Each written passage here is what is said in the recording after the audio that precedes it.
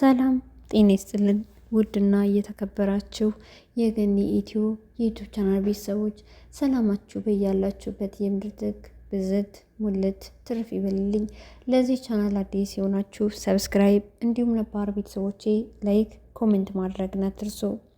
ሰራተኛዋ አደይ ተከታታይ ድራማ በባለፈው ክፍል ባርኮት የድሮ ፍቅረኛው ቤዛ መጥታ እንደገና ፍቅራቸውን እንዲቀጥል ስላለችው ልቡ መንታ መንገድ ላይ ሆኖበት ጓደኛው ኤላን ሊያማክረው ሄዶ ኤላም የአደይ ምላሽ ከወንድምነት የዘለለ አይደለም ስላለችው ከቤዛ ጋር መሆኑ ችግር እንደሌለው ነግሮት ወደ ቤት ሲያመራ ደግሞ ከጠበቀው ፍጥነት በላይ ቤተሰቡ የአደይ ፍቅረኛ መሆኑን እንደሰሙና ዴቭም እውነቱን ማወቅ ስለፈለገ ባርኮትን የእውነትም ትወዳታለህ ወይ ብሎ ሲጠይቀው አዎ ብሎ በመመለሱ ሁለቱም ቤቱን ለቀው ለመውጣት ወስነው ነበር። የዛሬው ክፍል ደግሞ እነሆ የተዘጋጀ ሻንጣቸውን ይዘው ዴቭም አክስቱ ጋር ባርኮትን ቤዛ ጋር ለመሄድ ፍጥጫ ላይ እያሉ ባርኮት ዴቭን አትሂድ እኔ እሄዳለሁ አለው። ዴቭም አረ ግራ በመጋባት ባርኮት ቤቱ ስለሆነ አይ እኔ እሄዳለሁ ካለ ቤቴ የተገኘሁት እኔ ስለሆንኩኝ ብሎ መለሰለት። ባርኮትም አይ አደይን እኔም አንተም ጥለናት መሄድ የለብንም እሷን አደራ ብሎ አጨባበጣቸውና ዴቭ አንተ ድሮም ተወዳታለህ፣ ግን ራስ ወዳድነት ሆኖብኝ የፍቅር ጥያቄን ለአደይ ያቀረብኩላት ያንተን ስሜት እያወቅሁ ይህን ማድረጌ በጣም ይቅርታ፣ አደይን ግን አደራ ብሎ በእህቶቻቸው ፊት ፍቅርንም አደይን እንዳታስከፋት ነግሮ ከቤት ወጥቶ ሄደ።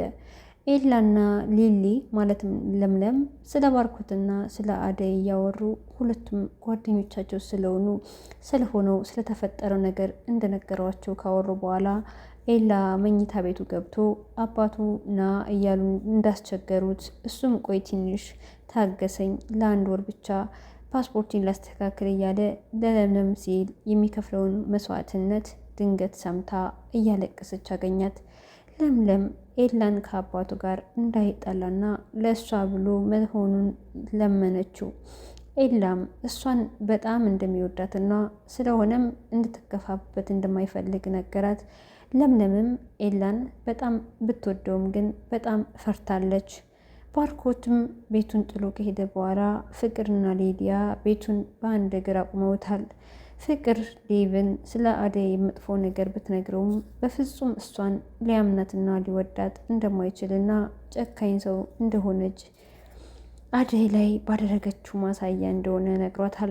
ፍቅርም ትልቅ ቁጭት ውስጥ ገብታለች። ሊዲያ ግን ፍቅርን በግድ ይዛ ለምለምን ከኤላ እንድታለያይላት ፈልጋለች። ፍቅርና ሊዲያ ወንድሞቻቸው አደይን ማፍቀራቸው ብስጭታቸውን ጨምሮታል። በግድም ቢሆን አደይን ስናሰቃያት ከቤት ወጥታ ትሄዳለች ብለው ያቀዱት እቅድ አደይ የዱሮ ቅልስልስነቷን ትታ እሷም ራሷን ማስከበር እንዳለባት ከረፈደም ቢሆን ገብቷታል። ዴቭ አደይን የእሱን የፍቅር ጥያቄ ደግሞ ደጋግሞ እየጠየቃት ይገኛል። አደይ ባርኮት ድሮ ያዝንላት ይንከባከባት ስለነበር የፍቅር ጥያቄውን ለመቀበል ከሊሊ ጋር ወስና በዚህ ፍጥነት ሀሳቡ መቀየሩ እምነቷን ሸርሽሮታል። ለዴቭም ማንንም ሰው ማመን እንደሌለባት ነገረችው። ባርኮት ይህንን አደረገና እሱም ይህንን እንደማያደርግ ካስረዳት በኋላ እሱም በሱ የተነሳ ፍቅር ታደርስባት የነበረውን ግፍ ሁሉ አጠገባ ሆኖ ሊደግፋትና ከዚህ ችግርም ሊታደጋት ባለመቻሉ ይቅርታ ከጠየቃት በኋላ እሱን የፍቅር ጥያቄውን እንድትቀበለው ባገኘው አጋጣሚ ሁሉ ለማናገር አይኗን ለማየት ጥረቱን ቀጥሏል። አደይ ግን አሁን ባለችበት ሁኔታ ማንንም ማመን እንደማትችል ስትነግረው ዴቭም የአደይን ምላሽ ሲጠባበቅ ምላሿ ግን የሚጨበጥ ስላልመሰለው ከቤት ወጥቶ ለመሄድ ወስኗል። አደይ የፍቅር ጥያቄውን ብትቀበል መጀመሪያ ፈቃዷ ለባርኮት ስለነበር እሱ ጥሎሽ ስለሄደ ነው ወይስ እንዳይሏት? ሁለተኛም ባርኮት ፈቃደኛ በሆነችበት ቅጽበት የድሮ ፍቅረኛውን ብሎ ለመሄድ መወሰኑ እሷን ሰብሯታል። እምቢ እንዳትል ደግሞ እዚህ ጋር ሲኦል የሆነ ቤት ከሚያዝኑላት ከዴቭና ከባርኮት ውጪ እንዴት ልትሆን እንደምትችል እያሰበች አደይ እንዳይሄድባት ትፈልጋለች። ለመወሰን ግራ ተጋብታ ዴቭ ተሰነባብቶ በመውጣትና እነሱንም ቻው በማለት ላይ ይገኛል። አደይ በቀጣይ ፍቅሩን ትቀበለ ይሆን ወይስ በእንቢታዋ ትጸና ይሆን? አይታወቅም። አብረን የምናይ ይሆናል። ይህንን ቻናል ሰብስክራይብ አድርጉ።